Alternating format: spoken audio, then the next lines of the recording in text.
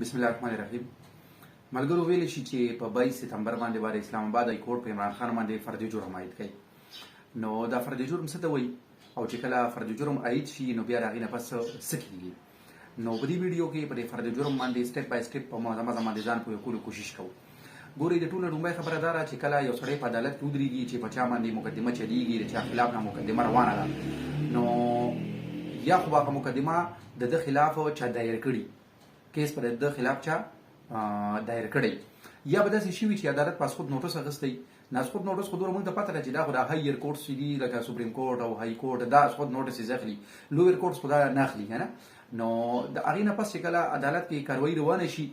نو چې کله په یو سړي باندې هلته کې مقدمه روانه ده، مطلب دا دی چې دې سړي څه کړي دي، خو چې دې سړي څه کړي دي لا ثابت نه دي نو دی ملزم دی،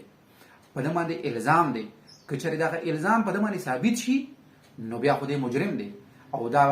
الزام به لکه جرم ته کنورټ شي او دی به د ملزم نه مجرم جوړ شي. نو چې کله یو سړی مجرم کېږي نو هغه هم دوه خبرې دي چې یا خو به دا سړی په عدالت کې پخپله دا اقرار وکړي چې ما دا کار کړی دی، نو چې کله دی پخپله اقرار وکړي نو به دی مجرم شو، یا به داسې وشي چې دی به اقرار ونه کړي او عدالت کې به په ده باندې ثابت شي بیا دی مجرم شي. نو دا فردي جرم چې عاید شي نو دا هم دا سړی لکه مجرم ډیکلیر شي، خو فردي جرم دا خبره لکه بدله ده. ګورئ داسې چل دی چې فردي جرم اول په عام کیسز کې نه، عام کیسونه خو بس رواني او که فیصله زر کېږي که بس کېږي او بس یو ورځ فیصله وشي،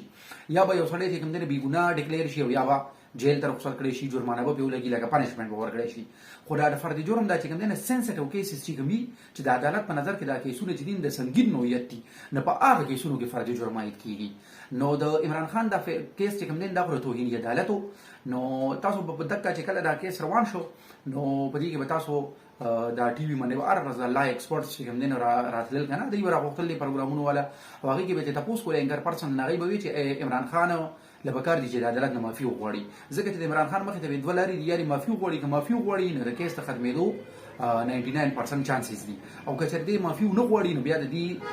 سنګین اثرات کېدی شي. نو دا هغې چې وي سنګین اثرات کېدی شي نو هغې په دې وجه وایي که نه چې د دې توهیني عدالت په مقدمه کې د پاکستان یو وزیر اعظم 2012 کې یوسف رضا ګیلاني عدالت کور ته رخصت کړی دی، نو هغې یې ځکه وایي چې د دې بیا سزا سنګینه کېدی شي. ګورئ چې کله کیس روان شي نو دا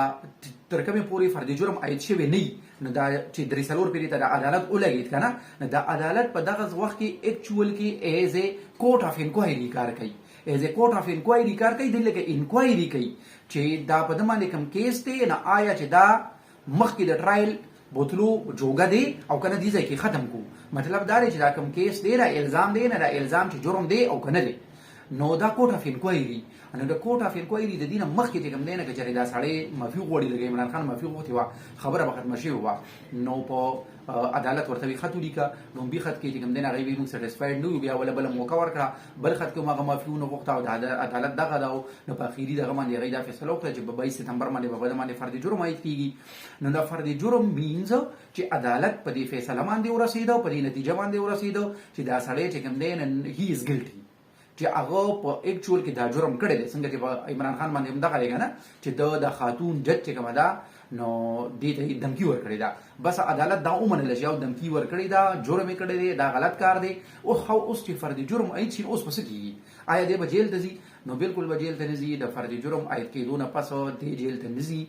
د فردي جرم عاید کېدو نه پس هم تاسو کېدی شي دا اورېدلي چې یو سړی دی هغه باندې فردي جرم عاید شي او هغه وایي ما د صحتي جرم نه انکار وکړو، زه د عدالت د فردي جرم دا فیصله وایي نه منم، نو د هغې نه پس پس کېږي، د هغې نه پس په ټرایل چلېږي. نو ولې دا تر اوسه پورې چې دا ټرایل نه دا ډاون ټرایل خو اټ واز د پارټ آف ټرایل، دا ټرایل صرف چې کوم دی د دې فیصله کولو چې مخکې ټرایل بوځو که نه، ټرایل به په ایکچوال کې اوس شروع کېږي. هغه ټرایل چې کله اوس شروع کېږي نه چې فردي جرم عاید شي نو مطلب دا دی چې هغه مجرم دی. اوس دا ټرایل له څه لپاره چلېږي؟ اوس په دې لپاره چلېږي چې مجرم خو دی خو سزا به ورسه ورکوي. نو اوس په جیل نه چې کله ټرایل وچلېږي او اخره کې عدالت نه فیصله وکړي نو هغې کې بیا جیل هم کېدی شي، هغې کې جرمانه هم کېدی شي، هغې کې کوم کمه سزا هم کېدی شي، ډېره سزا هم کېدی شي. هغه خو په هغه ټایم په عدالت باندې په بینچ باندې په ججز باندې بیا ډیپینډ کوي. نو دا داسې چې کوم دی نو فردي جرم دا کیسه راسه په لنډو الفاظو کې ما د دې ستاسو مخې ته واضح کولو کوشش وکړو. امید دي تاسو به څه لږه ډېره زده کړه کړي. د داسې ویډیوز لپاره زموږ چینل ته راځئ. د الله په امان.